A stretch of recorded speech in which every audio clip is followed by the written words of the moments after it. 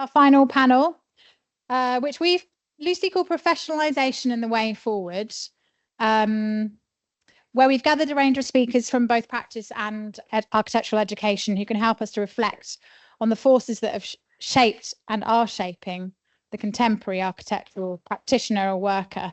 We want to interrogate the role of architectural education, our professional institute, and our workplaces in setting the values and ideals that shape the identity of the architect and the way we organise the profession, working with or sometimes seemingly against other built environment professions. And I think that the speakers cover a range. You know, we've got Professor Igea Troiani, an academic, who's going to talk to us about her book and thinking about the work-life balance. We've got Shumi Bose, another educator.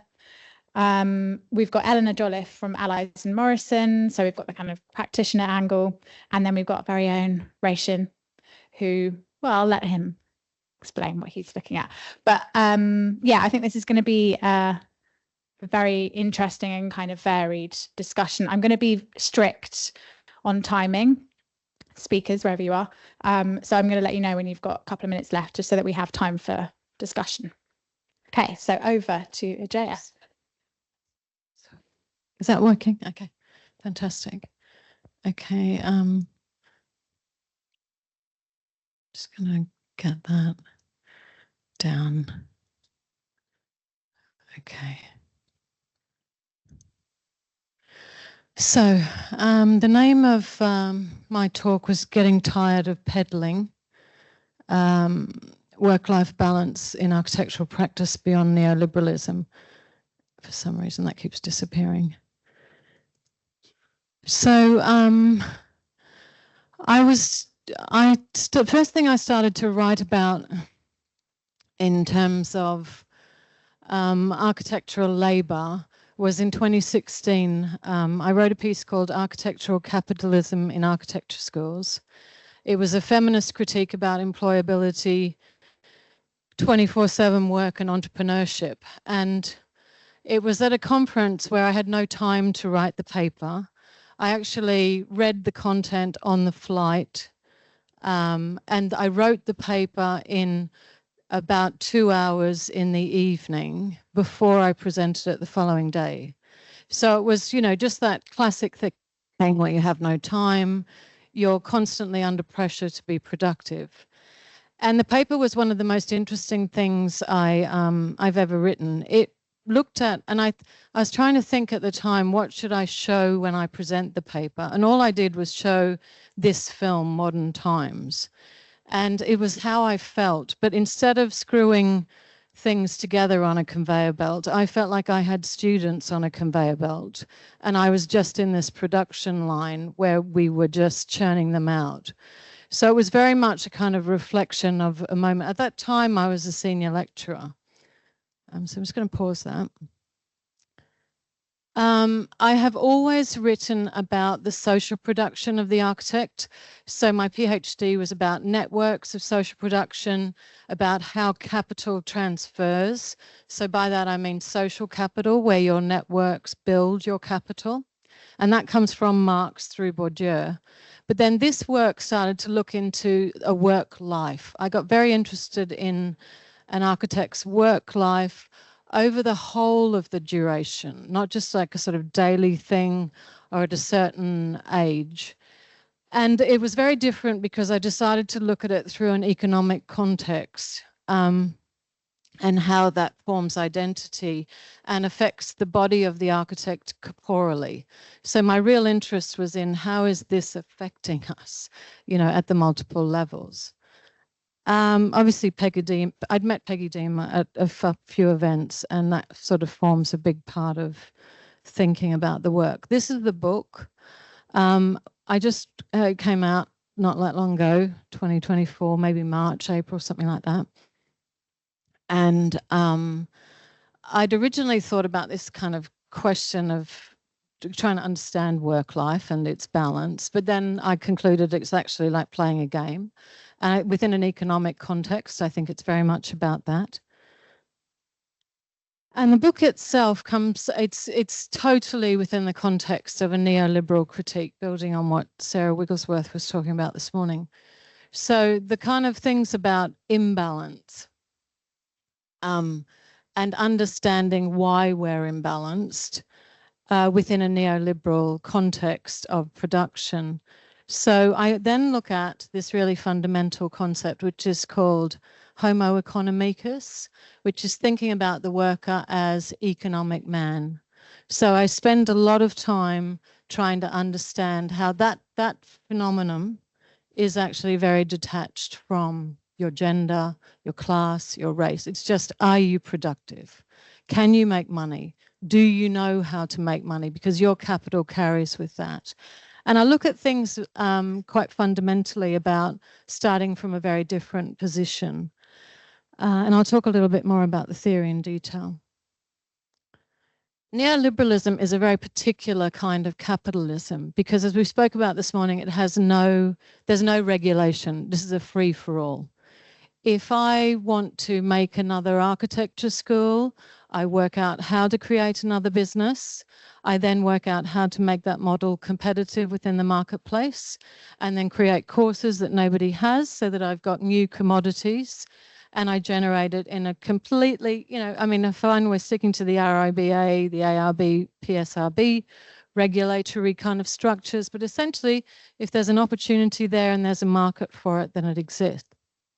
So this kind of free market capitalism with a heightened global competitive nature completely changes the landscape of how working as an academic or as an architect is enacted, I would say. I look at it really from a class-based political project. I do it through David Harvey, who is reading Marx through Bourdieu. It's always kind of coming through the idea of building capital. The other thing I think about the book is I really dig into trying to understand Thatcher, because I'm Australian. I moved to the UK 20 years ago, trying to understand Britain and its class structure and its attitude towards productivity and a neoliberal context was quite important for me. So I spent quite a bit of time quietly, privately trying to read books by Thatcher to understand her mindset for because I really didn't want anybody to see that I was doing it just in case they thought I was a Thatcherite. But it was really trying to understand what it is. And the mindset is very basic. Her idea is you fend for yourself. You wean everybody off the welfare state in every way possible to make them independent. And that independence is great because when you are on your own and you're fighting for something, you are getting pleasure out of being in that marketplace economy. And she talked about how she grew up in a shop and how that developed a very positive understanding of all the possibilities and virtues of free market economics. So what happens is we get this transactionalism of playing a game of life with market opportunities. Thatcher moves stealthily through everything, ripping out the core of social housing, privatising it. I go through the history of universities being privatised, the introduction of fees, the consequences, the protests that go with that. So it's a very gradual stripping of the welfare state. Now, this theory of Homo economicus is an important one because it actually is part of the neoliberal mandate is to be productive, to be rational, to know how to economize and to maximize. So what's very fundamental is that you need to work to a maximum in order to create maximum economy. And what Foucault does is he looks at how the body is affected through that transactional politics that's going on with the requirements to be productive. A very key person that I read was the work of Wendy Brown. It's a book called Undoing the Demos, Neoliberalism's Stealth Revolution. And she has some really fantastic things in that book, which is about what the problems are. And she says that economic man takes its shape, and by that it's genderless. So man just being as in homo. It takes its shape as human capital seeking to strengthen its competitive position and appreciate its value. So it's always about profit. It's always about selling something for less, charging a higher price to make money to create value. She talks at length about everything being for sale under this neoliberal kind of environment and the way that economic rationalism affects education, healthcare, becoming pregnant, the city, architecture, design, labor, and the designer. Everything becomes commodified and it's co-opted to maximize its return on investment through innovation.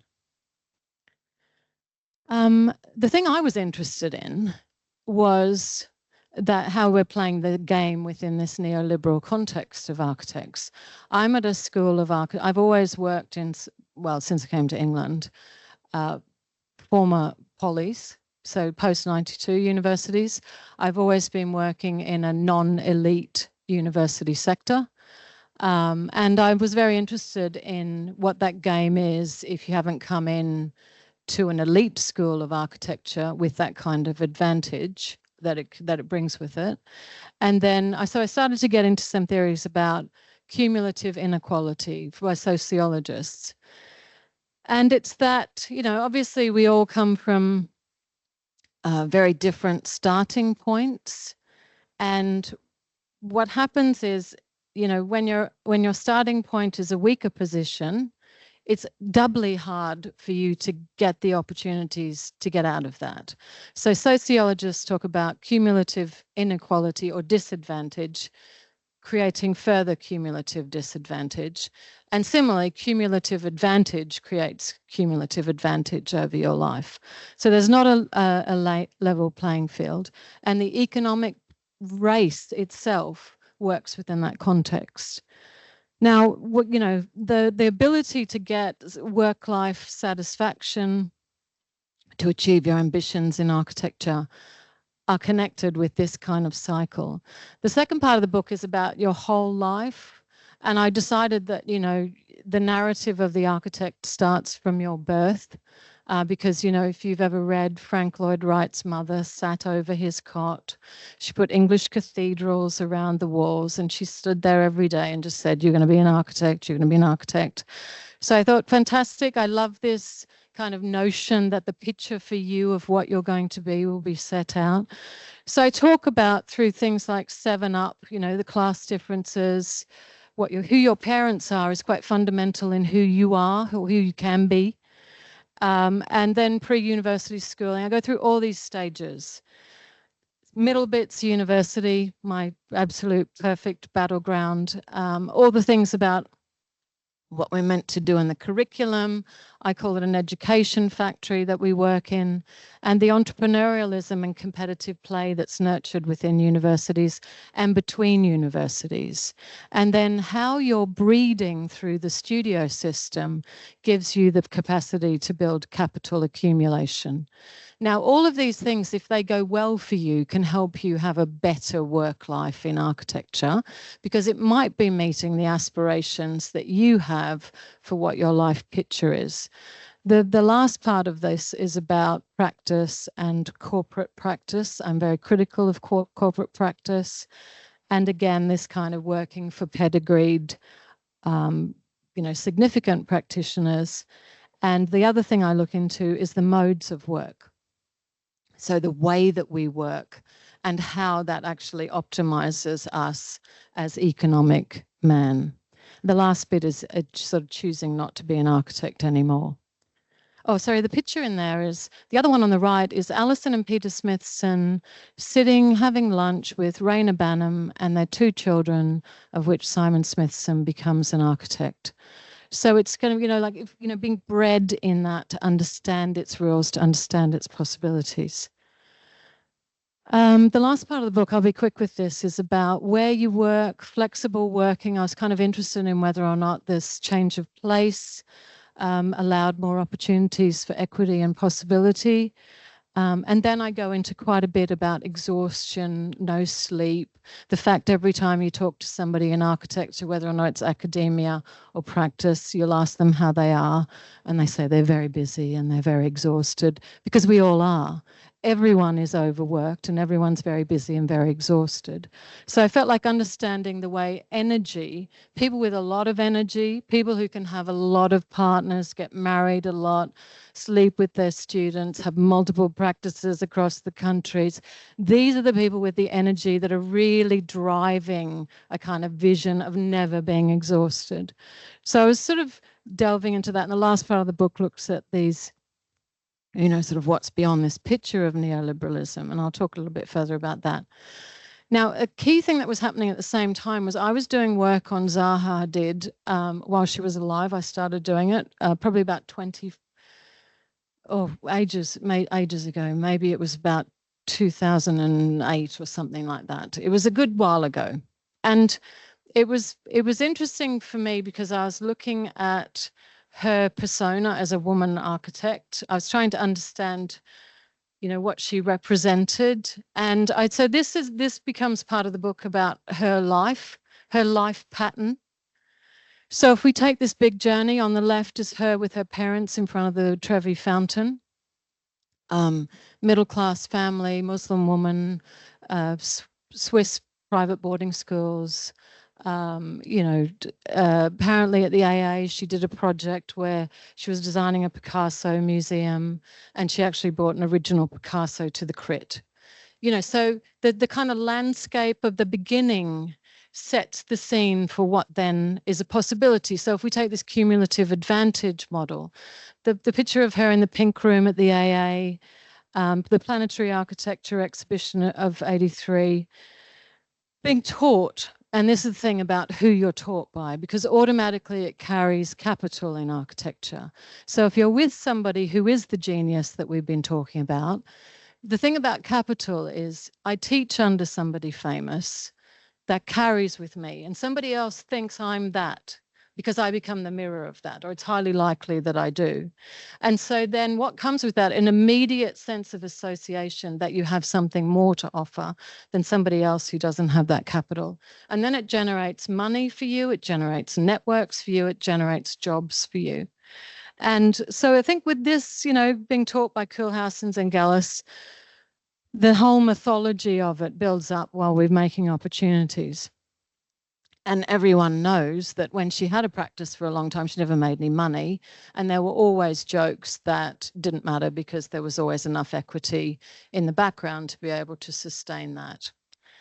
Now, I then got into being very interested. Now, I've got nothing against Zaha. I didn't want to say that because people will look at me and say, did I not like her? It's not about whether or not I liked her or not. All I'm doing is trying to analyze what that life model represents for us in a profession that holds people up as role models. Then I got into trying to find photographs of where she lived. I became very fascinated. I phoned people in London to try to find out who had photographs of where Zaha Hadid lived.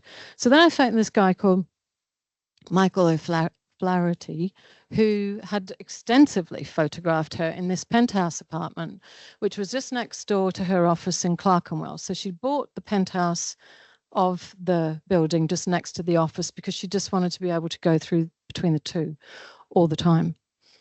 And she never really lived there.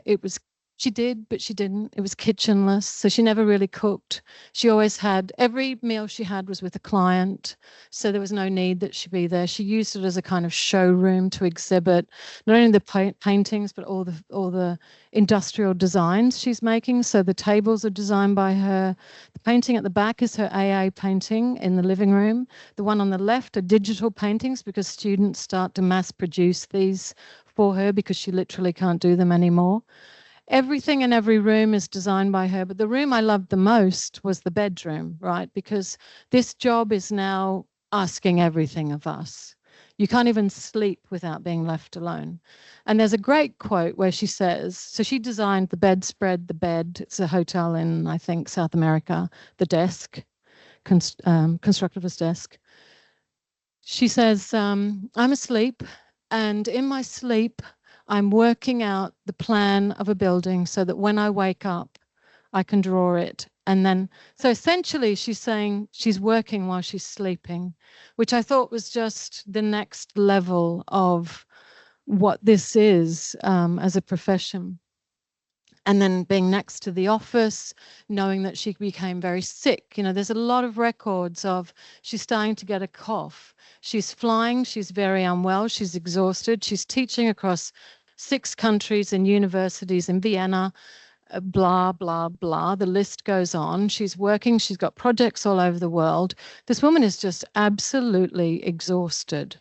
And, you know, it's kind of as this machine of a commodified, her commodified, as well as the office, that I look at in the book about how everything she touches, everything she produces becomes a one-off for sale.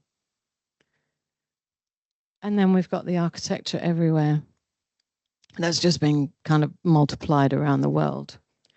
Now, I hope I haven't gone over time. 2 minutes. Okay, good, because this is my last slide. Fantastic. Okay, so I got into this concept of eudaimonia. I don't know if you can see that, if I can move this. Maybe I can't. It means human flourishing. It's a classical term.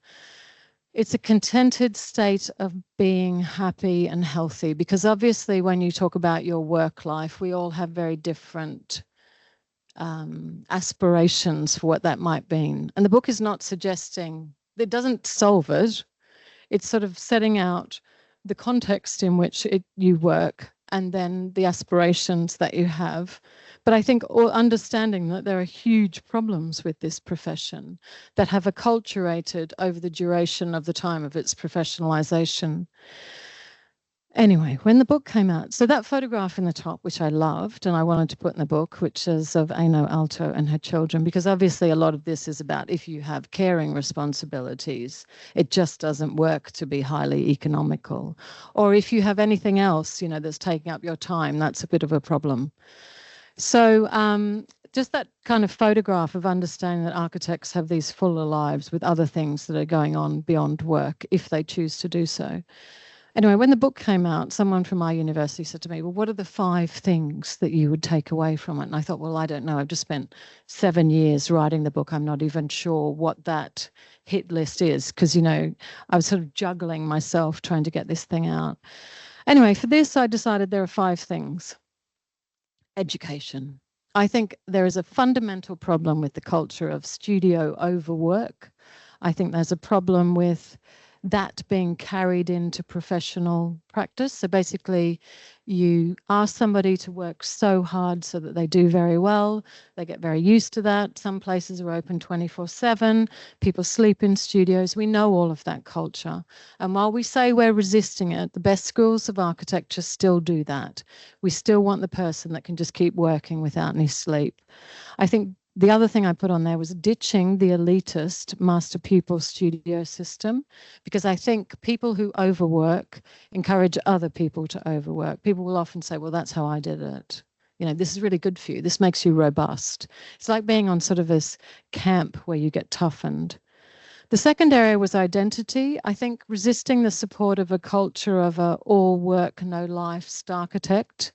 I think it's a very negative role model. People get very infatuated with it, but I actually think it's our problem. I think idolizing that is really problematic for the profession.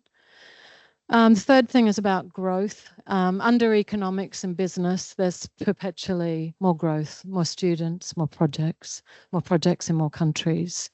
And I think trying to understand that the body has only a certain capacity for work and for production is something that we haven't even begun to consider. And so in the book, I talk about working slower. I encourage that. I don't know how to do it. As my daughter said, you know, can you apply it? And I'm like, I don't know, I'm trying. So no growth and degrowth are really kind of interesting concepts for me that we should explore. Short-termism, you know, because we're all very short-term, particularly younger generations, I think. I don't think I'm being unfair with that. I think it's kind of like that. We want it now. And I think trying to understand that maybe the satisfaction or fulfillment of work maybe is over a longer cycle. And the last thing goes back to Sarah's talk, which is about a question of, or questioning of selfhood. And in the last chapter, I talk a lot about collectivism. I'm talking about that in a very genuine way, in whichever way, whether or not it's about pay or just working together, happily in teams where I'm not competing with other people, providing environments where there's empathy at work rather than when somebody collapses to just see them as a man down so that somebody else has an advantage. And I think really questioning that neoliberal concept of competition, which everyone tells you is incredibly healthy, but I think really does need a kind of critical positioning in your life so that you understand the limits of that. So thank you very much.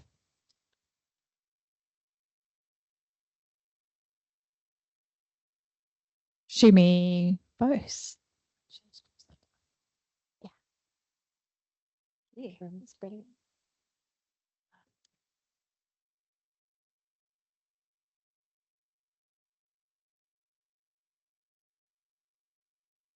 Thank you so much.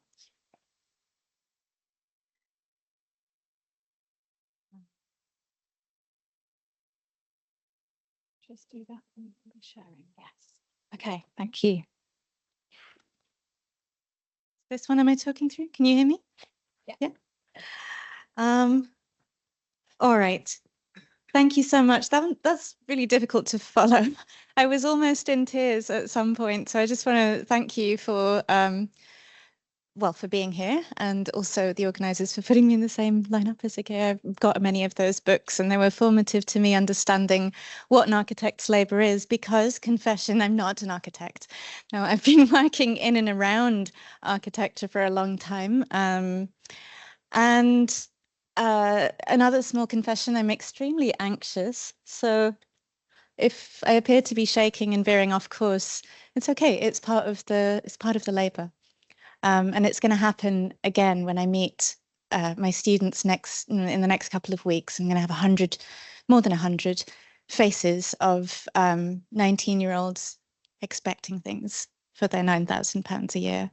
And I'm going to be terrified. And working through that is part of the labour too. I'm not sure it's what I get paid for, but it is part of the experience, part of the work. Okay, so yeah. I hadn't meant to be terribly autobiographical, but I will, because again, I'm sort of in a predicament. I'm using this opportunity to share it with you. Again, to say I'm not an architect, but I have kind of studied in the realm of architecture. I studied at Central St. Martin's, which offers a, validated course now. At the time, it didn't. So that kind of left me in a slightly precarious position. I'd studied architecture, but it wasn't certified by the powers that be. And so that's where it was. It's not anymore, because of neoliberalism and real estate and things that I become interested in later. I worked around architecture in terms of working in various publishing forums, again, rest in peace, Blueprint and Martin. But kind of thinking about how people have talked about architecture, how people have encountered architecture, and where the discourse and culture of architecture was being fermented, perhaps. I didn't work at Lehman Brothers. I did move to New York in 2008. And again, that kind of further fermented ideas around property, real estate, neoliberalism, architecture, money. And worked at places like Storefront, which I include the picture because the physical interface of a space where architecture is being discussed and the pavement was sort of formative. And then I studied at this very elite institution at the AA. So I guess I was just trying to include this slide to show you the ways in which I have to validate myself. Right? I passed through this, got that qualification there, spent some time here, thought about some things. That doesn't really count. But then I went to this school and got this thing, and that counts. So I was just kind of working through, because for me, this conversation around professionalization and linked to my earlier point about kind of having to validate myself is that's the issue. That's the problem that I face, that I often find to my advantage and disadvantage, that there aren't neat metrics to measure my value, and therefore professionalization, if I choose to look at it that way, is a problem. It's an obstacle for me. I don't have a PhD and I don't make buildings, so sort of I think this, well, I know that it does restrict my professional options. On the other hand, it gives me a lot of joy and pleasure to what Igea was saying, and I'm trying to rechannel my own measures, my own metrics of success in that direction. But of course, I still pay rent. So yeah, just other ventures, so ventures around being in architecture, but not doing it in some ways. I had the huge fortune and experience to curate things at Venice in 2012 to kind of, let's say, initiate events myself or with colleagues, these two, to get involved in publishing projects, as I mentioned, sort of discourse of architecture, being able to ghost edit some of those books was fun, instructive for me. And yeah, to Igea's last point as well, I think then in my own research and the research that I was able to explore with colleagues at Venice and elsewhere, started to think about this notion of productivity, which then I think really took over my 20s and 30s, both professionally and psychologically. I'll come back to that because I said I was going to use this like therapy. So yes, I became very interested in the intersections of real estate and architecture and how we talk about them and how much, especially in teaching, you know, when I have first year students who show up saying, how can I not be in debt? And I'm thinking, well, you don't even know if you want to be an architect. I don't know what to tell you. You know, those things have a reciprocal relationship that they're having to be here to study something that may not pay them to be here. So those realities are discussed. And again, I'm whipping through these because they're just props for me, really, and maybe some entertainment for you. More platforms for kind of architectural discussion with the public. It's important to recognize that although Venice Biennale is prestigious, the maximum number of visitors are Italian school children. So that, you know, although I have mixed feelings about the importance of Venice, I don't have mixed feelings about the importance of bringing an architectural discussion to a broader audience. I think, you know, our sense of spatial intelligence is linked to our sense of political emancipation. And so curation and publication in the public sphere is important to me. Sometimes pays better than academia, sometimes doesn't. But that's, again, another issue. I began to become more interested, as I mentioned, in housing and real estate and cultures of that, let's say, mass culture and media of depictions of housing and real estate in several exhibitions and research projects. And most recently, this one, which is not so much housing, depends on your definition. And then currently, I work on an online journal which discusses largely unbuilt issues in terms of architectural and spatial practice. And it's a kind of liberty to work at this place. I'm really being very confessional here. I hope it makes some sense. It's a kind of liberty to work at this place because it doesn't count. What I mean by that is that it's not peer reviewed. It's not even commercial. I don't really know how it manages to stand up. But what I mean to say is that personally, it doesn't count in the sense that I don't have to have a doctorate to do it. It doesn't go on something that can be filed with AHRC. And while it's a quandary for me whether to spend my time doing that because it's not advancing me in some ways, it's also a great liberty and a great pleasure to be there exactly for those reasons. Okay, so I made an archive sticker, okay, just so it's very clear that this is old. And I'll go so far as to say that I was probably quite an idiot when I put these together. I was asked to put this presentation together for a symposium on labor. And I'll tell you more about the dissonance of that later, perhaps after this event. But just these slides, I just wanted to pull myself up on some of the wrong-headedness that I was putting in front of my students. I will say it was put there to debate, not as gospel, because I'm the last person to ask about money. But, you know, this conversation about labor, first of all, it was called Financing the Expanded Field. Already, I don't agree with many things that are construed there. Again, please note the label is there to almost discredit things. But we were talking about the fact that architectural work doesn't necessarily produce anything. Builders produce things. Architectural work produces at maximum ideas that can be followed through drawings that may be built. And so we were kind of, thinking about what it is that we actually get paid for. Do architects get paid by hours? And I'm sure these discussions have been, elucidated earlier on in the day. But these are conversations I was having with my students in order that we understand what it is that we're studying for, how we are qualified, how we are valued, and how we are paid, which are sometimes entirely separate things, right? Completely separate things, measured on completely separate and often esoteric scales.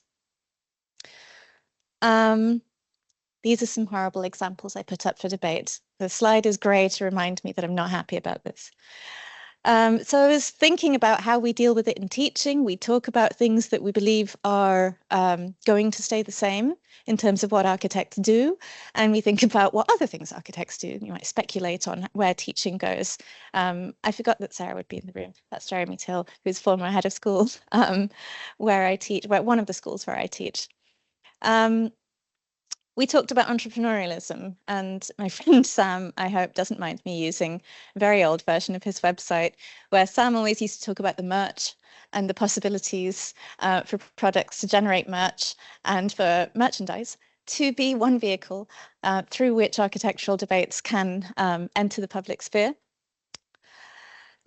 Specialization, finding a niche, or in my year spent in New York, as I learned to say it, a niche, to increase your value. In this case, I was using the work of We Make That to demonstrate how they decided we're only going to work for councils and we're going to specialize in doing this kind of work. And diversification, that was related to an article that I had to write for architectural design. It doesn't exist anymore. On financing the expanded field. And all of these were up for debate in terms of, is this what we want to be doing in terms of adding value to the profession of architecture and adding some kind of security to ourselves as people studying architecture? This was another one. I'm really surprised that I used this word consortium, collaboration, building consortium. I don't know why I chose that word, nor quite why I chose this piece of work to illustrate that. But so, all of this, as you can see, well, I don't need to go back. It was 2018, and I will say to my shame, it was before I joined a union. Some of you might remember that in 2019, particularly towards the end of 2019, there were huge academic strikes based on the 4 fights. I don't need to reiterate them. Some movement has been made on some of these, some hasn't. But for me, most substantially, and this is something that I wish for my colleagues in actual architectural practice, it was life-changingly reassuring to realize that there is a union where we can talk about labor, where we can kind of rely on support from this union, but also from each other, instead of thinking that I'm just not productive enough, which was, the mantra, the sort of illusion that I was laboring under and that I continue to labor under for most of my working life, was just that it must be my problem if I'm overburdened, overworked, unable to produce, unable to pass the markers of what you're supposed to do as an academic or as a journalist or whatever. I'm just not doing enough. And I think the union was hugely helpful in putting the brakes on that and helping me realize some things. So then, then comes the work of putting that forward to the school community, to the students, which becomes really dangerous. And, I've seen colleagues lose their jobs for less. So I just wanted to flag this up in addition to the books that have already been mentioned, in case some of us here are in academia. I'm currently doing a loud reading of this book. And, it recommends some of the things that I think maybe funnel across, I know I've got 2 minutes, maybe funnel across practice as well. But it's not rocket science. It's just reassuring to read, strengthen collaborations, build solidarity, do solitary tasks together, name the invisibilized work you do, all sorts of things that we know to do, but having reading through this book is hugely helpful. And I think more than that, the collegiate sense that I have through reading this with others is helpful, and that's not work I get paid for. Helping my colleagues to cope, particularly in the wake of 2020, helping my young POC colleagues who've been rapidly appointed with no teaching experience, helping those people to survive and do their jobs such that we can help students. That's not work I get paid for. That's just work. Oh, I didn't want to miss out on some of the other things that happened through 2019 and 2020. As we know, and this happens in architecture as well as in academia, and certainly where those things cross over, there are problems in terms of what gets rewarded. And when you start to reflect on your own value and your own labor and your own metrics of how you're being seen, and I haven't made a building, I haven't got a PhD, but these people are allowed to thrive and not be named. And I had situations where in my role as an academic, I was in a position where I was able to call this out, but was very much shouted down, and this person was allowed to appear in their position, even though there was legal action. We'll talk about this later. No, if you want to talk about it afterwards. The reason I bring it up is because it made me aware of my position, which, as I mentioned before, is both a problematic mess and a gift of one. Right, I use this image. It's not my image. It's an image by Seth Denizen. Highly recommend you look at his project, Thinking Through Soil. Whoever you are, there'll be a book out soon, but Thinking Through Soil is very interesting. I'm just going to use it as an example. And this is a illustration of a soil sample under Mexico City. And in particular, it's a soil profile that looks at the amount of sugar and medication, pharmaceuticals that's under the soil. You just can file that. I'm going to use it as an illustration. In the illustration, the red parts here indicate insulin, and that is insulin that is bound to the material of the soil. I'm theorizing it as part of my work. Let's say the teaching. This is part of what I'm doing. This represents the corn syrup over saturated drinks that are made available in Mexico because of agricultural laws and commercial laws. And perhaps that represents curating. I don't do that much of that regularly. Editing work perhaps is represented by more high fructose corn syrup in the soil profile. And this is maybe the unaccounted for work, maybe some of the care labor that's involved in looking after or kind of showing solidarity with my colleagues at teaching. In the soil profile, that represents metformin, which is a diabetes medication, so in the soil. But in a way, it looks like a mess, right? It looks like a huge mess, again, indebted to Seth Denizen for these images. But I think it is also a strength. I think it also allows me to do a whole bunch of work that I want to do. It's just that it's not measurable. It's not easily metricized. Now, for example, metformin in the soil profile we can identify it as a toxin, right? If we think about metformin in soil, it's a medication. It's a cheap medication. It's made in South Asia. It's consumed in Mexico because there's a high proportion of diabetes, and now it's in the soil and it's changing the genetics of the soil. Is metformin evil? No. It's a drug. People take it to live. In the soil, it becomes evil. And I don't know. I'm thinking about how to value myself.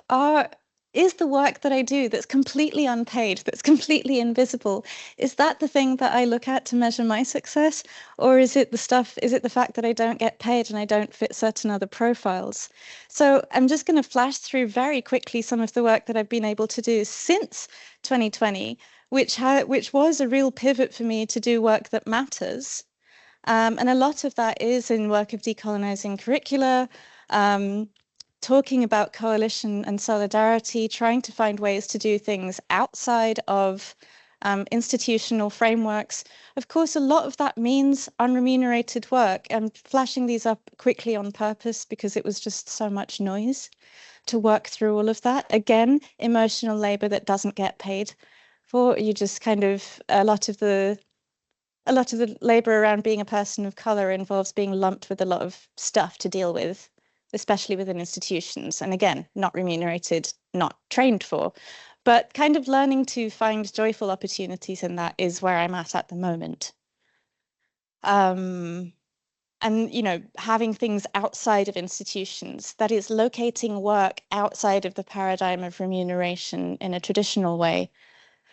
I don't know. Sometimes my partner tells me it's sacrificial and stupid, but I know that it also makes me happy. I'd love to get paid for it, but again, those things of what gives me value, what gives me money, and what I'm trained for are quite different. And I think that's really the messy point that I wanted to end on. So these are the situations, is just a representation of the situations that I'm trying to create now. Yeah, I'll end there because I've gone over time. Thank you.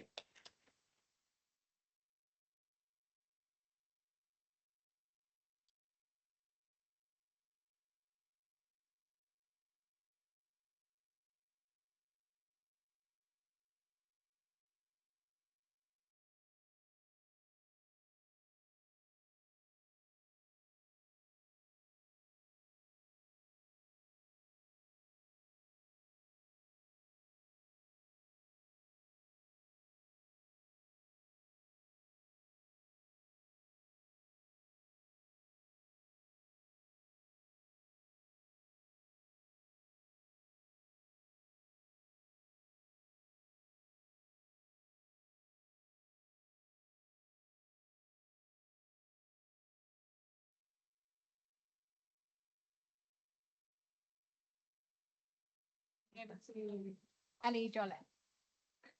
Hi, can you all? Yeah, that's definitely working. So I thought I'd start on a slide just to say quickly who I was. So I work at Allies and Morrison, but I also do various bits of writing in the background, including a book last year on the history of the architectural profession with Paul Crosby from the AA. Okay.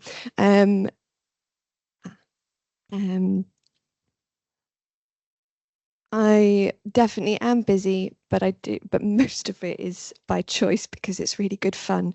But I wanted to flash this up briefly just to show you the amount of building sites in my life, and that making is very much key to the conversation this afternoon for me. But I'm going to run back all the way to ancient Greece, mindful of the 15 minutes. So I think architecture and being an architect, the making is key and the polymath element is key. And when you look at the myth of Daedalus and Icarus, I think you can learn a lot about how societies see themselves from the legends they tell. So Daedalus is an architect. He's cunning, inventive, and learned. He's charming enough to flatter, befriend, and crucially survive kings. If you look as well at this quote from Socrates, people in ancient Greece thought architects were a lot more than buildings. It's a very broad knowledge that's necessary. In ancient Rome, the same thing again. Vitruvius's books, the 10 Books of Architecture, he talks about a very broad definition of architecture. I doubt this was every single architect in ancient Rome, but the fact that his treatise survived suggests I think people must have found them useful. So he talks about architects doing town planning, landscape design, hydraulic engineering, military siege engines, building, and the proper supervision of stone quarrying. I can only do about a third of that. And note on this quote that I've pulled up from the 10 books, he's sort of saying intellect isn't alone is not enough to be an architect. And knowing how to build something is not enough. You've got to understand both. After the fall of Rome, the big infrastructure disappears across Europe. The empire's gone, the projects disappear, the economies become much more village-based, and architects again change in response to their context. Architects don't do brilliantly in times of recession. That's still the case. But as the economies begin to grow, big projects turn up again, and you start to get architecture appearing back out of the building crafts. So here we've got some images from Villard d'Ancourt in France. He was a medieval mason, and this is very much architecture from the hand of the maker, from someone who's got a material understanding. If you come forward into the Renaissance period, architecture begins to re-emerge as an intellectual art.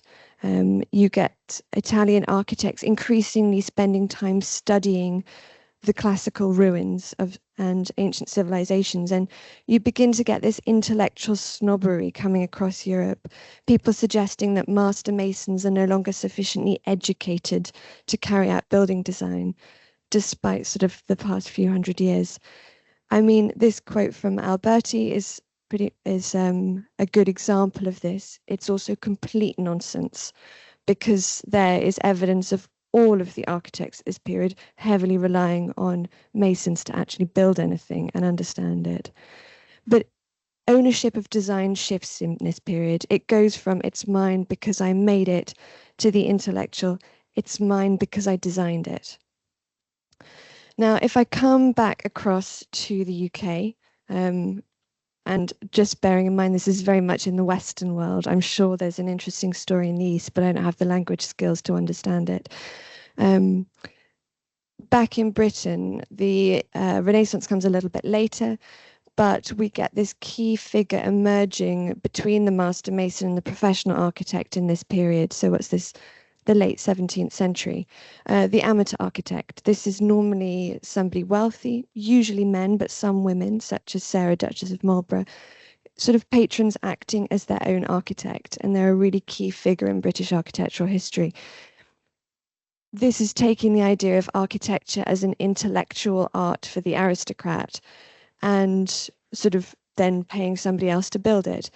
However, not all of them are actually very good at it, and you get this professional architecture beginning to emerge, this figure between the mason and the amateur architect, the patron, who assists the patrons with their design, often moving from the role of a craftsman. So Robert Smithson is a really good example of this. He worked on Longleat in Wiltshire and on Woollerton Hall in Nottinghamshire. And slowly you get this role crystallizing as the first professional architects in the UK. In 1666, the Great Fire of London, most of London burnt down. There was a sudden need for huge amounts of rebuilding, and the sheer scale of works necessitated professional architects for the first time. And it's a great opportunity for people like Christopher Wren, who didn't formally train in architecture, to begin to work in this field. You also get other building professions begin to merge at this time, just because there's so much work. So you see the first quantity surveyors, the first clerks of works. You also get new forms of legal contracts. The whole business of construction is professionalizing because of the scale of opportunity. To skip forward to the 19th century, the scale of opportunity causes another shift. And I will mention in one sentence the British Empire. It should not be in one sentence, but it's bracketed with this huge opportunity, growth, lots of movement of ideas, money, lots of building work. It's too big a topic in one sentence, but you can't completely ignore it. It's during this period that you begin to get financial speculators engaging with architecture and construction for the first time, really, in modern history. And it leads to the creation of a general contracting role, where you've got somebody standing between the craftsman and the designer, who contracts for the whole building and subcontracts out the different packages. This increasing distance we're seeing between the designer and the maker eventually leads to the social death of the maker.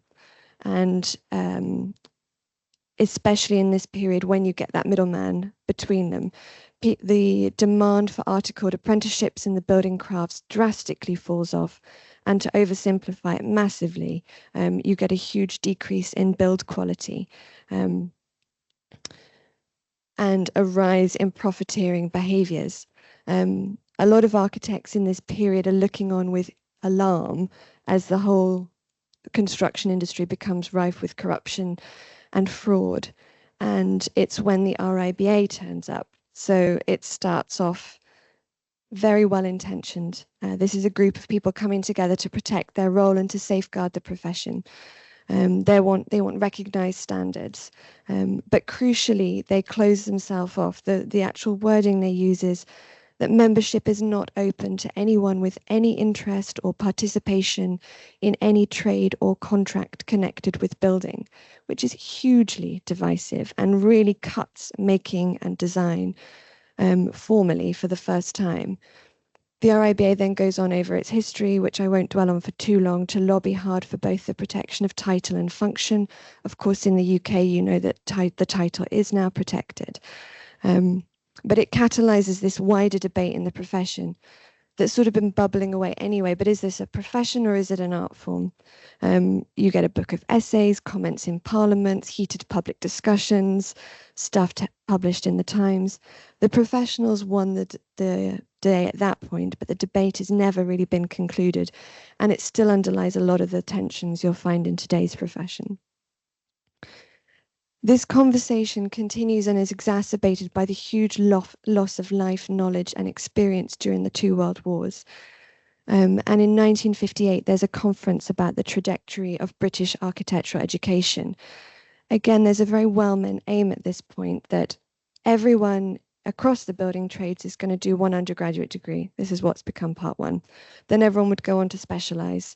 So you might all do the same degree and then go on to specialize as a structural engineer or an architect or whatever it is, the equivalent of part two. It never really happened.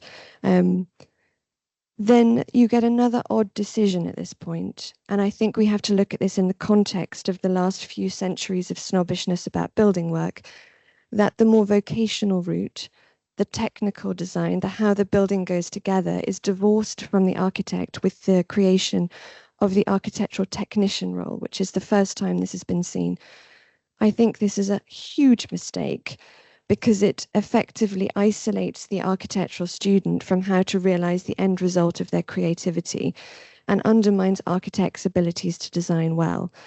The very role architects have historically been able to fulfill to this point as a sort of competent polymath overseer is completely removed.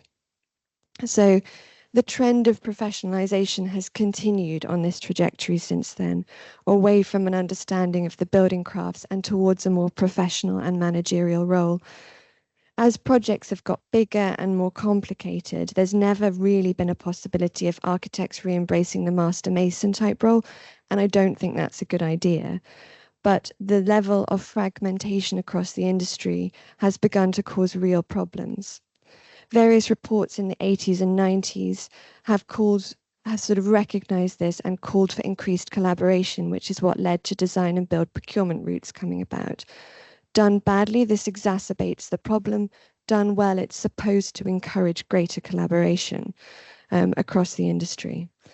This is a picture of some of my colleagues. They're very good at collaborating, but I needed a modern image.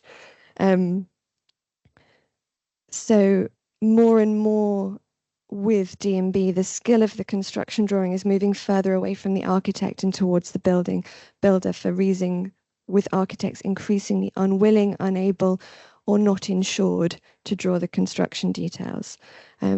We've all seen in the last few weeks the findings of the Grenfell report come out, and this is another failing of this fragmented industry where there's a constant movement of blame and liability around the industry.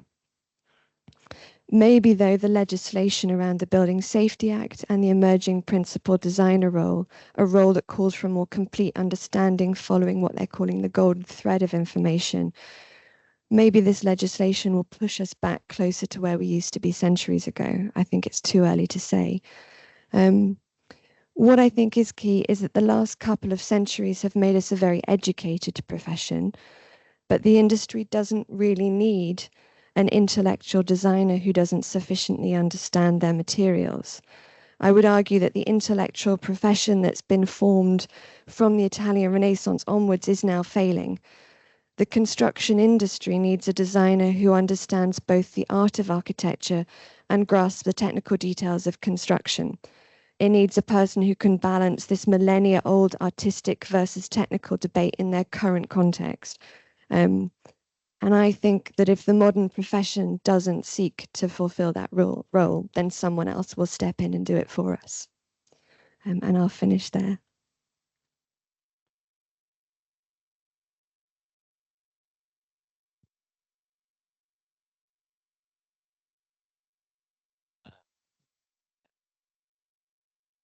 Ooh, a lot to follow.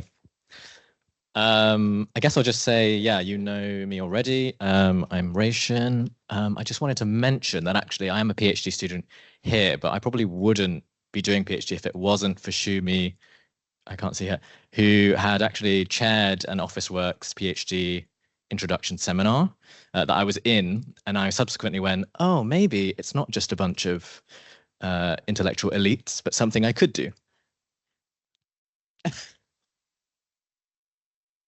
Yeah, but it's nice that these circles close. Thank you. Right. All right. Yes, so my paper today is called Architect Interrupted, Gendered Practice After the Warne Report. I'm interested in the historical events around the Warne Report of 1993, when the British government published its recommendation to abolish the protected title of the architect in the UK. Through the report, Warne provoked the 90s profession to reimagine what it meant to think and practice as an architectural worker. This presentation briefly covers the subject of the Warne Report in 1993 and its relationship to the feminist discourse in the Desiring Practices exhibition and book of 1995/1996. And although I locate my project in the 1990s, the questions and conditions around the Warne Report reverberate into the present day. As Igea has already really referenced, with Pegidema, for example, does relinquishing the title offer an opportunity to escape a professional history based on enlightenment, aristocracy, and the male ego, which I suppose is a bit of a simplification of Eleanor's presentation just now. Yes, and so she asks, in a 2018 argument towards contemporary deprofessionalization in the US, quote, more fundamentally, what exactly is gained by architecture being a profession, end quote. Dema connects the ideals of the learned professional to the familiar practices of overwork and job precarity in architectural practice, prompting us to consider whether if in fact, quote, deprofessionalization can unburden architecture from its ideological hang-ups.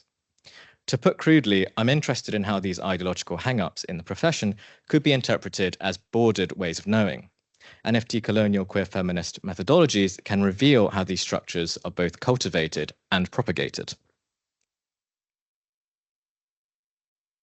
As it's been mentioned today, it's important to note that although the title of the architect has been protected in this country since 1938, the function of the architect has never been protected. This means that unlike other countries, architects are not required by law to stamp drawings, nor are other entities prevented from taking on traditional architect responsibilities, as is common now with surveyors, contractors, and developers. Modern legislation of the profession has been established through the Architects Act 1931, 1938, Amendment 1969, 1997, and more recently through the Building Safety Act 2022, indicating perhaps the British state's frequent policy entanglement in the architectural order. It was in 1993, however, through the Warne Report that the British government comes to rethink title protection and monopoly in its entirety. Warne says, my main recommendation is that protection of title architect should be abolished and Arc UK disbanded. I believe that this will help modify some of the outmoded distinctions and attitudes which inhibit change within the construction industry. Although the loss of the monopolies of the title architect, but not the term chartered architect, will be unwelcome to many in the profession, I suggest that time will show that the protection of title has been largely irrelevant to the standing of the architectural profession to the public interest.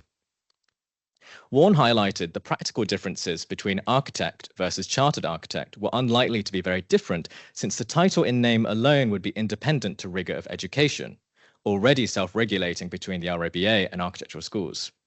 But Warne also identified a cultural issue of, quote, outmoded distinctions and attitudes. Later in the report, he expanded on this, observing a, quote, puritanical exclusivity, end quote, of what constituted architectural work, where activities such as surveying, landscaping, and interiors were seen as beneath the profession.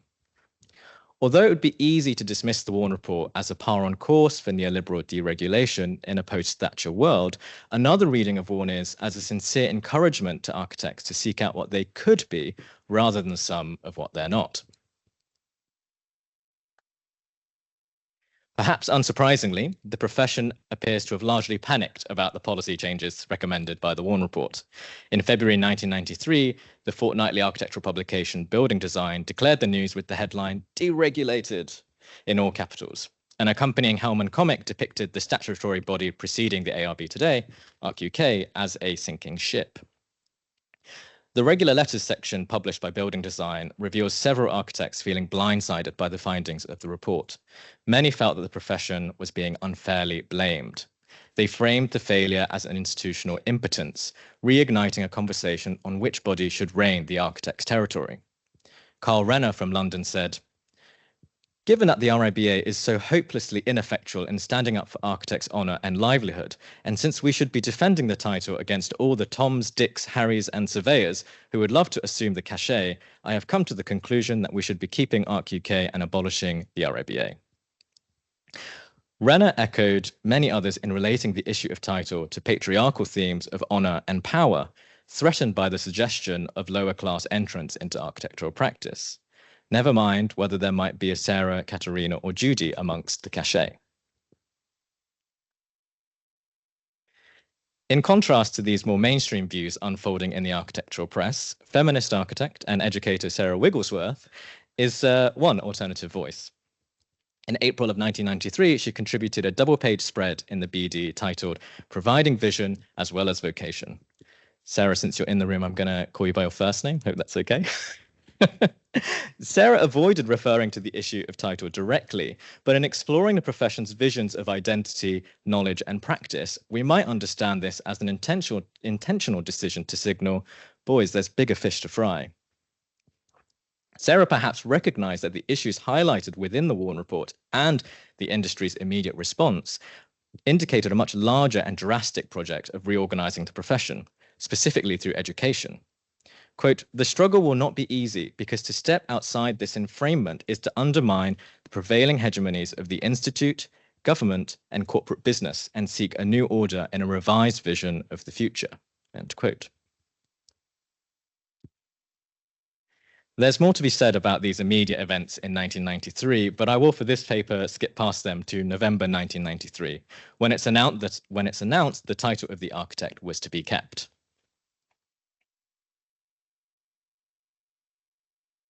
The celebration is supported by a comic of Reberman, a caped hero with the face of Reber President Francis Duffy, defeating abolitionist George Young MP and the Conservative government's re-regulation cuts. A damsel in distress, representing the 5-year training course, also threatened at the time by ministers, appears jubilant in the background. Reber was depicted as the hero of this brave fight against the evils of Tory policy, but in doing so, we can also read the profession's continual perpetuation of the male hero architect figure. Wasn't this machoism part of the problem highlighted by Warne in the first place?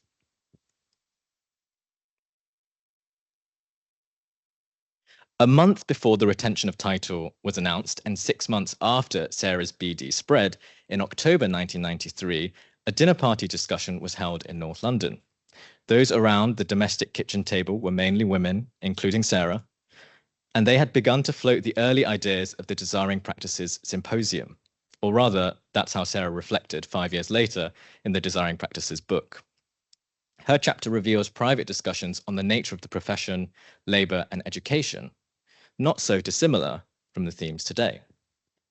Quote, "Trained as architects, we are all practicing architecture in some form, but these forms are varied, marginal, and certainly do not reflect the idealized image of the architect hero we were led to expect. This very gathering signifies a shared feeling that our occupation leaves us with a sense of dissatisfaction, a lack. It is more than a sense of disenfranchisement. It is a feeling of symbolic castration. Can it be a coincidence that most of us are female?"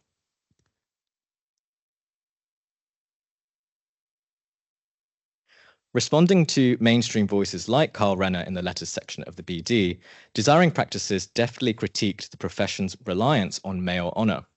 Entangling theory with practice, its authors like Katerina Rudi, Judith Farron Bradley, and Sarah, who used the metaphor of professional castration as an opportunity to redefine architectural practice. It's even more powerful when we're imagining how these papers were delivered inside the grand RIBA headquarters in Portland Place, with its colonial woods and artworks in 90s Britain.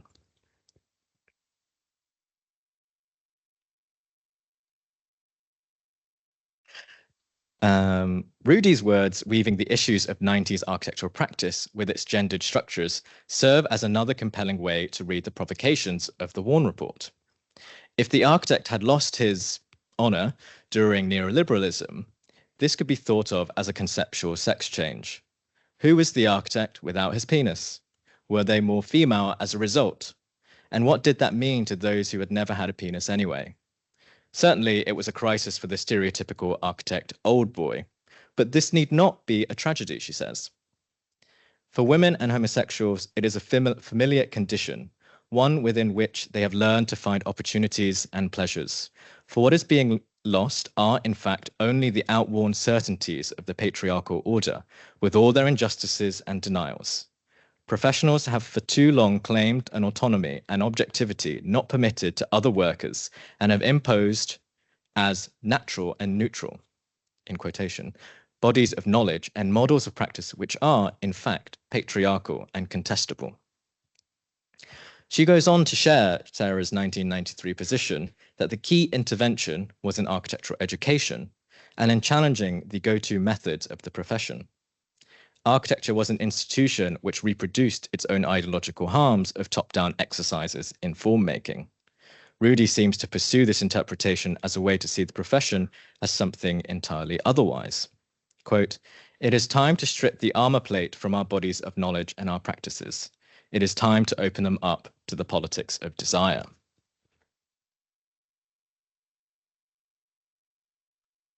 I think I'm going to be on time, fingers crossed. Today, we might think of Rudi and Sarah's positions as intersectional and early versions of a critical application of decolonial queer feminist methods on architectural training. While significant in relation to feminist practice in the 1990s, its relationship to the Warne Report and the threat of title loss is another important interpretation.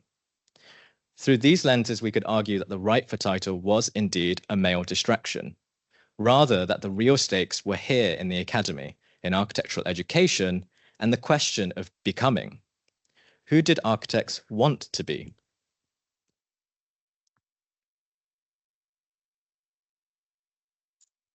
It's my last slide. As the last speaker, I get the unenviable responsibility of perhaps mirroring back the themes of the day. Claire and I made a big effort to recognize the work of our speakers, colleagues, and guests today, many of you who may be working in precarious conditions or finding your own way to persist. As much as we have tried to make things as accessible as possible, being here is still in some form exclusionary, geographical, institutional, financial, and really similar conditions that Sarah and her co-organizers mulled over back in 1995. And as Sarah reflected on Interrogating Exclusion in 1995, quote, "This raises questions such as who is allowed to speak, who has access to architectural products, as well as the social and working relationships which produce its spaces, which production methodologies prevail, and who claims authorship. And thinking about one's agency, who is the ultimate judge of what things mean? Meaning is the product of creative dialogue which puts the individual, the I, into play. Who decides the value of my work and how should I produce it?" Or perhaps another way to read it, working for what? Thank you.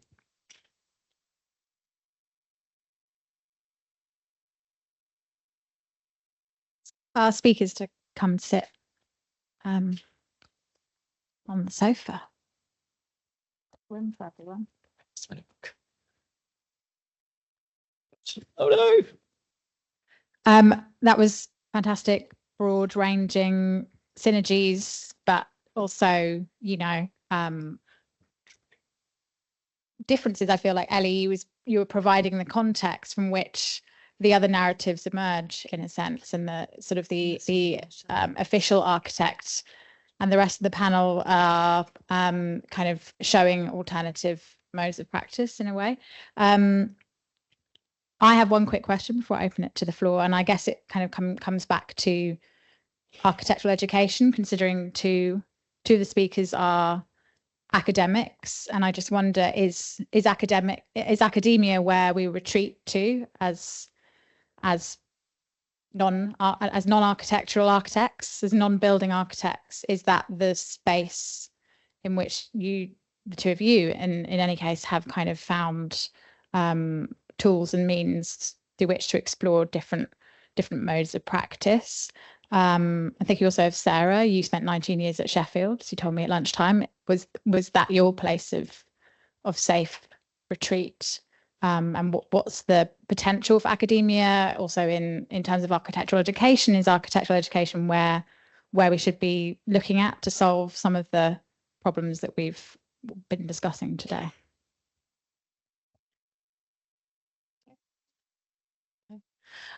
So I practiced as an architect, and then I fell pregnant with a baby in Australia, and I was a senior architect, and the fellow I worked for said to me, you can either come back in 6 weeks after you have that baby, or you can leave.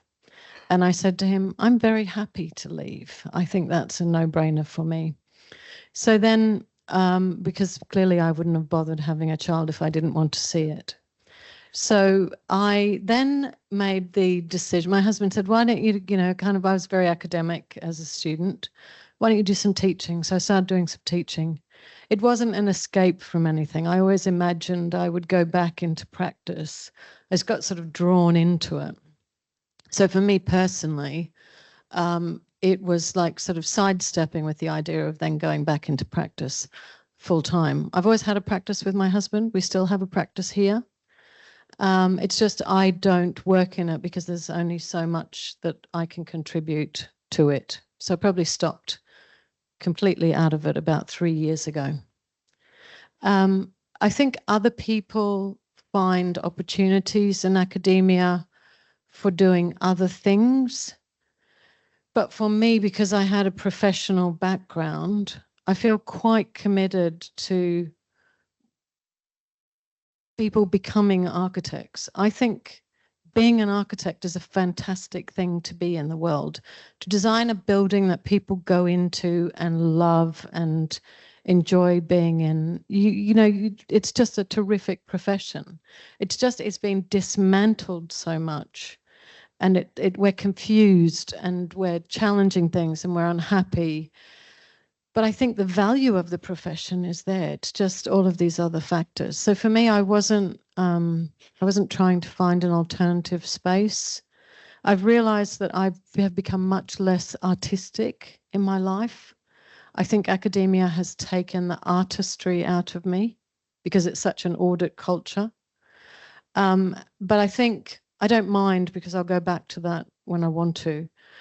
But I think different people have different desires for what academia is for them. And I think that's a really good thing. And it's probably what your path is. I like the idea that people step sideways. They might do something significantly different, come back in and form architecture in a very different way. And I think that flexibility of understanding professional conscience and contribution is a really good space to try and explore what professional practice can be. Yeah, that's my opinion. I don't know if others would like to jump in a little. I agree wholeheartedly with the sense that it's not a retreat. Academia isn't a safe haven for architects who are unable to support themselves through architectural design work. I know that's often the sort of equation that's presented, particularly to young practitioners. You back yourself up with a few hours of teaching a week. And, let's say on the spreadsheet that might be the case, but I don't think academia is a stable place, and therefore not a stable retreat by any means. personally speaking, I love teaching. I definitely believe in education. I definitely believe in architectural education. I'm not sure if academia is where it must take place. And I say that partly because of the systematic dismantlement of academia in this country, but also elsewhere. But I'm speaking largely for this country. So I'd love to find opportunities to continue teaching, perhaps not in the traditionally academic sphere. There might be other opportunities for civic education and so on.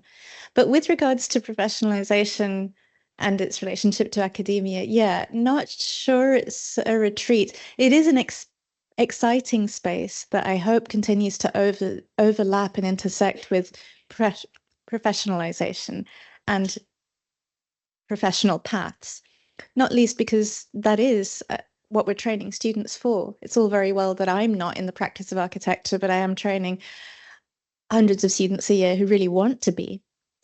And so it's an exciting possibility to have that overlap and to talk about and help the students frame themselves and position themselves in what that later professional world might look like. For instance, to start talking about labor conditions, to start talking about, let's say, a shift from productivity to purpose and how that shifts the conversation. The space for that conversation is held in academia. Sadly, there isn't that much space in practice to hold those conversations in terms of values. And so I value it for that. But no, not a retreat. It's kind of fun, though. Any questions? Comments?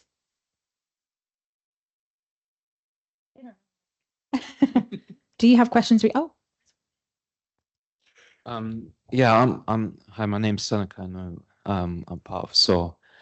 Yeah, I'm interested in how we can accelerate the change of culture, especially in like universities, stopping the bad habits. So, because I still meet like tutors in certain universities who are like, oh, their students are too young to know what their rights are, for example. And they don't see anything wrong with their students having working in teams to produce a senior student's portfolio, for example.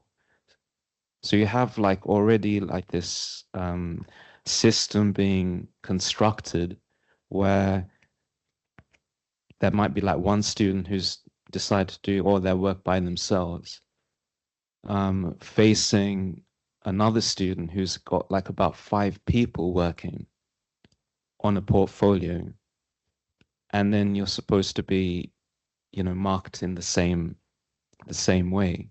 So I just want to know if is it that tutors themselves become like union members, or who are union members just say, look, we believe in your talents, we like what you do, do as much work as you can between like 9 and 6, and then have a life. Use the university structures, join a society, combine it with your work by all means, but have a life, enjoy university. But you need to be told that you have rights, you are in society.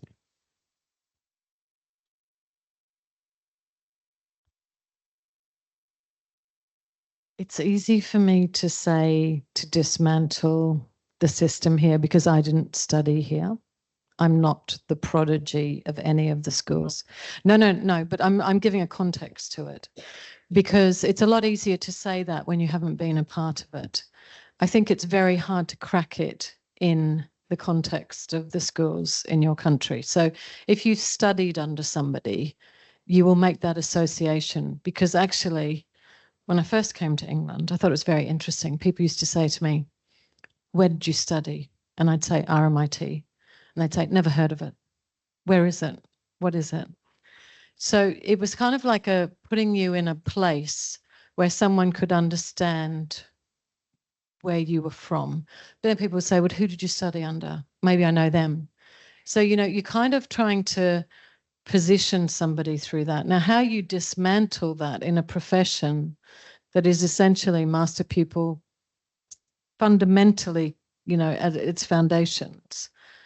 I think, you know, maybe you have to say it, maybe you need to dismantle that two-person team, maybe you need to pretend to cover up that it's a great thing. I mean, if you take the kind of challenges to one of the schools in London, which I'm not going to name, but has obviously been through an enormous amount through people saying, well, all of those tutors were, you know, enacting a form of emotional violence on students.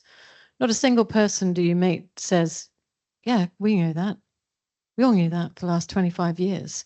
So people kind of have made it normative. And I think unless you explicitly talk about the problems, now it's fine if two people work together and there isn't a coercion that the person that you're teaching loses their self. But I don't know how possible that is to do. But maybe if we just verbalize it and see what the possibilities are of something else. And then in my mind, what happens when you dismantle the master-pupil chain? Does that mean that there are a lot of people who have knowledge? That does it start to break all the hierarchy? And I think that's a good thing for me personally, but I think whether or not the profession can cope with that is another question. I'm more comfortable naming that institution, which is obviously through the Bartlett report. And in particular, I think, you know, anecdotally, we're talking, you know, people have been talking about the resurrection of CJ Lim, who was named in the report, and you know, had a I don't know if people know, had a resurrection party in a chapel dressed in all white with his disciples, and it's like, yeah, it's kind of, it's like it's you know, the joke's right itself, but you know, and my understanding is that the report was found through employment laws or through kind of institutional streams of employment to be found not admissible in his dismissal.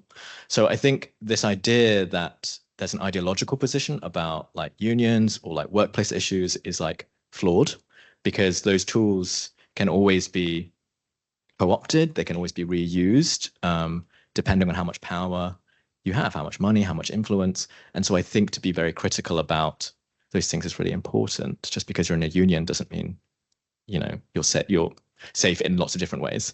And I think, you know, the recurring message today seems to be like, what can you or I do, or what can we do, and how do we kind of construct those layers of resistance, I think is really important.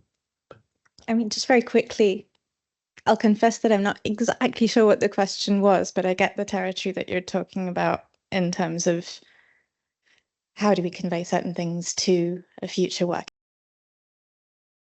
body, perhaps, and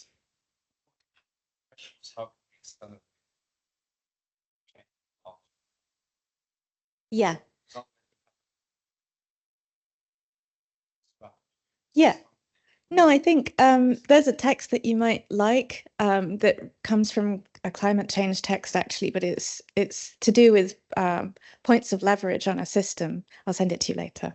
It's to do with points of leverage in terms of where we are in a spectrum of leverage and where we can act and what impact we can expect to find. And obviously, those are varied, right? If I have a position of leverage at an institutional scale or at a much higher board scale or in a governmental position, I have certain leverage. And if I am a teacher of history to 16 students, I have certain leverage, right?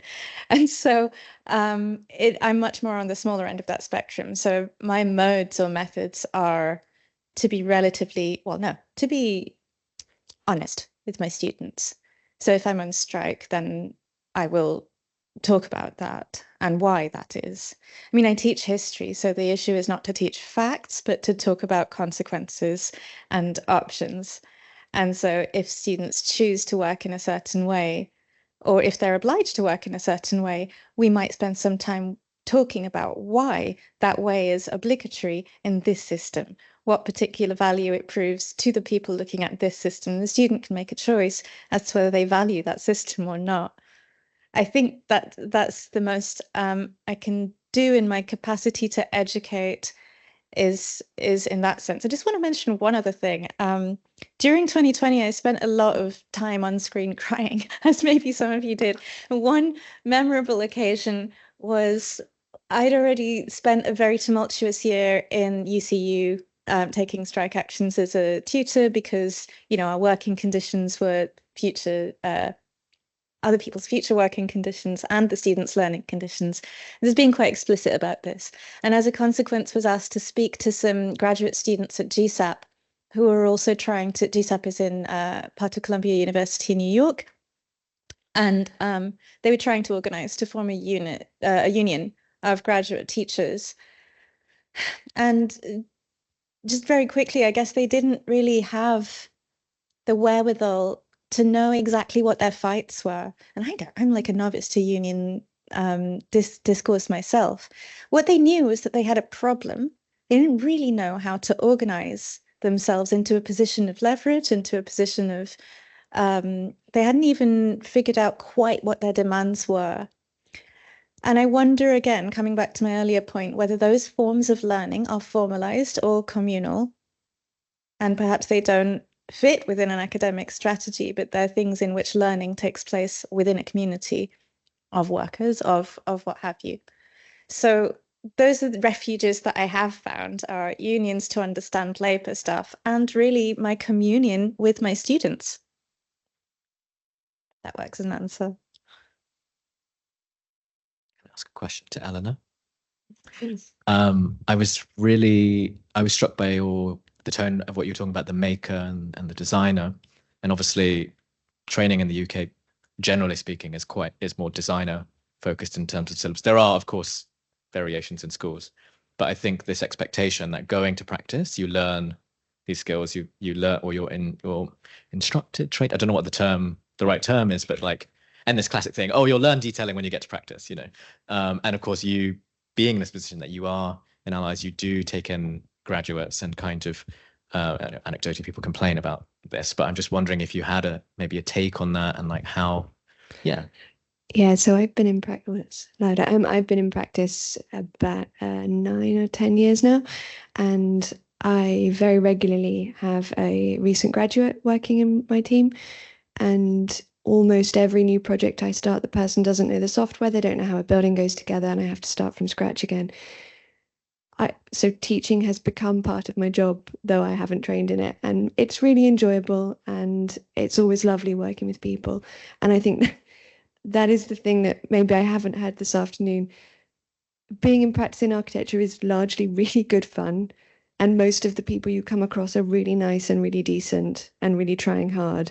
That no one that I've come across, and no one that my friends have come across, is out to get you. I'm not saying they don't exist, but it's sort of a bit of a minority, I think, anecdotally in my experience. But it is hard work for both the practitioners, who are under a lot of pressure from clients and deadlines, to sort of complete the training and the education, because it's also very dispiriting for a lot of students, because what you've learned at university and the way you've learned to succeed is suddenly not how you're going to succeed in practice. And you go from succeeding in a very intellectual, very individualistic environment to needing to collaborate as part of a wider team in a much more technical environment. So I think a lot of the disillusionment and feeling of undervaluement can come from the fact that you've got used to sort of benchmarking yourself in a certain way, and then your context changes overnight and you're not prepared for that.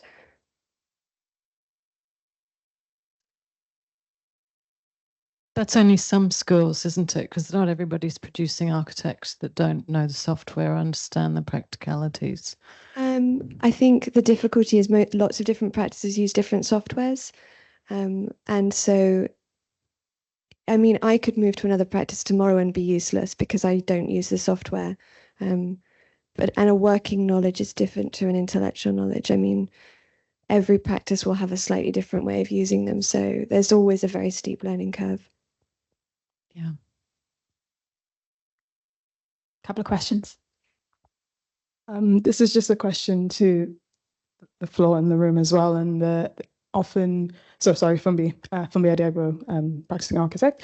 I've often been in conversations where there's kind of the backpassing or the argument between whether some of the things we've talked about here today, in like workers' rights, learning software, is passed between academia or practice. Obviously, we have a problem that is the whole industry wide. The question here is that, to what extent do we does the floor as academics recognize that there is a place, that there is a responsibility for academia to touch on the key subject topics and open up that forum prior to entering practice, as well as the responsibility of practitioners to also encourage and train up newly graduated architects or trainee architects, to be more accurate. Yeah.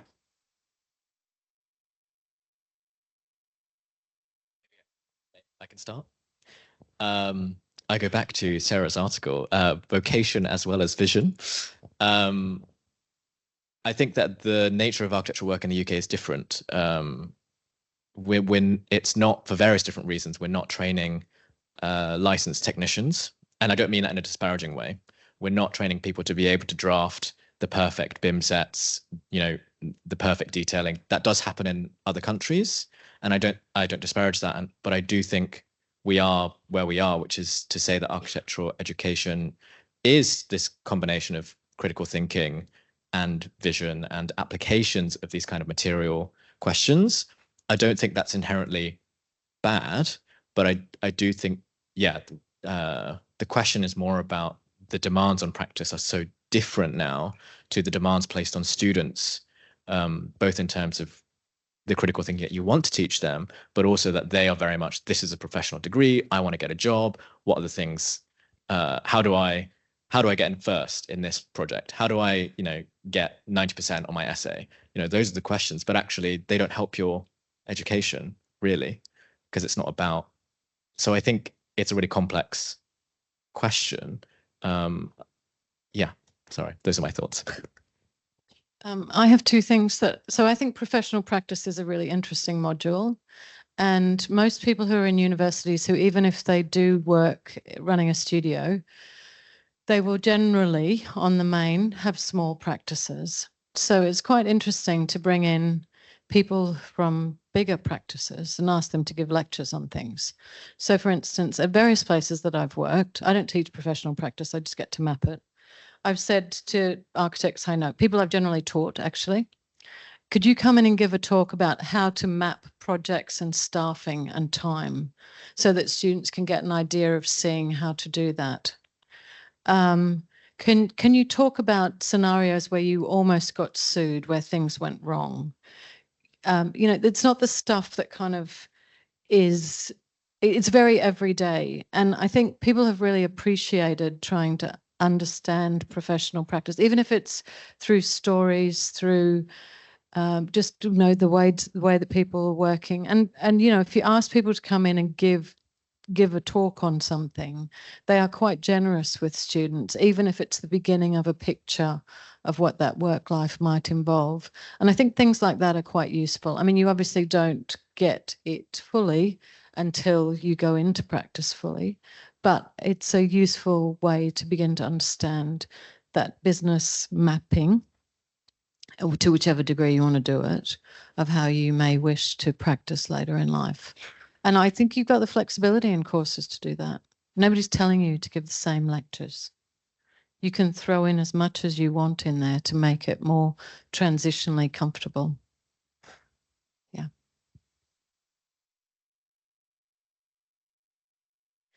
I'd just say that, of course, I think without exception, I think all courses that are teaching architectural design are obliged to introduce their students and set them up in some ways for some degree of professionalization or professional practice, should they wish to take that option of, I'm talking about undergraduate, should they wish to take the option of pursuing architecture through to its vocational ends. But I do think we're obliged by certain bodies to ensure that the issues of professionalization, whether that's related to labor or general management of many things, responsibilities of many things, are very much introduced. I think on the nature of technical things, I note that there are different speeds and paces, and that is something that each school manages with its own degree of importance. I would say it's an interesting time to bring up that question. The bodies in this country, for instance, Part 1 is being dissolved, which means that you can still have a BA in architecture, but it will not have that requirement to be tied to the profession of architecture in any way. And so I think it's, you know, it's occasion to think about what it is that one is learning on such degrees and where exactly professionalization enters into it. Certainly I've taught on courses where the professional aspect is less pronounced, even on Part 2 courses. And again, much like my earlier answer, I think it's important to offer routes to students, such that they know how to pursue professionalization or indeed alternatives that don't sit within that. And I think that's something that needs to be, and that will be, more openly discussed now that Part 1 will be dissolved. Sarah? Just to contribute a few thoughts. I think it's fair to say that, you know, all our educations are going to be deficient in some sense or another when we finally find our path through our career or whatever, our working life. And I could certainly be very critical of my education, which was held up to be, you know, sort of very elite and so forth, but actually, which I've already said, did not prepare me at all for technical or practice or financial acumen, going out on my own. And I've had to learn it all as I've been going along. And actually, I've often said to people, you know, practice is just that. You're practicing. You don't know what you're going to find. And in a way, that's where the importance of training people to think and problem solve and address, you know, really situations they're not expecting, to be resilient and how to deal with those and collaborate and know how to put teams together and all of these other things, which actually are, you know, can be taught in education, but also can be taught in practice as well. I also, like you, have had the same problems of having to teach a lot of people through my practice who don't know anything about technical stuff. And I think it's a really structural issue for us in the UK, where, as I've mentioned before, I think there's a massive split and a sort of power relationship between intellect and making. They don't have that in other European countries, Spain, Portugal, Germany. You know, the technical side of things is really much more highly regarded and preserved and celebrated and taught.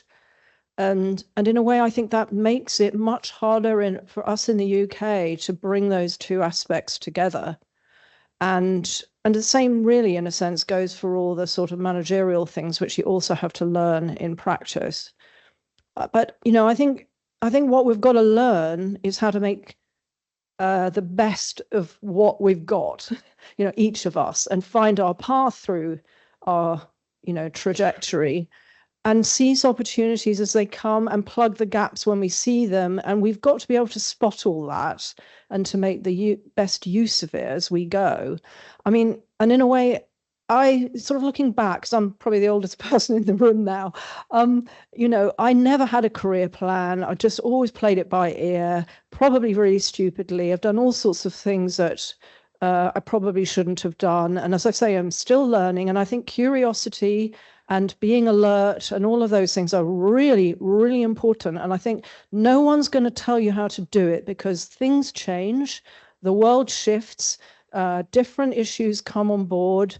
And you've got to find the resilience in a way to find your path through that as things are thrown at you. So you've got to know where to find them, who to collaborate with, or who to ask, and who, you know, whose knowledge to tap in order to work that out.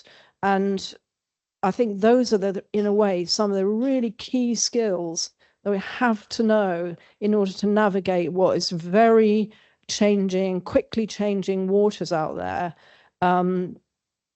Yeah. I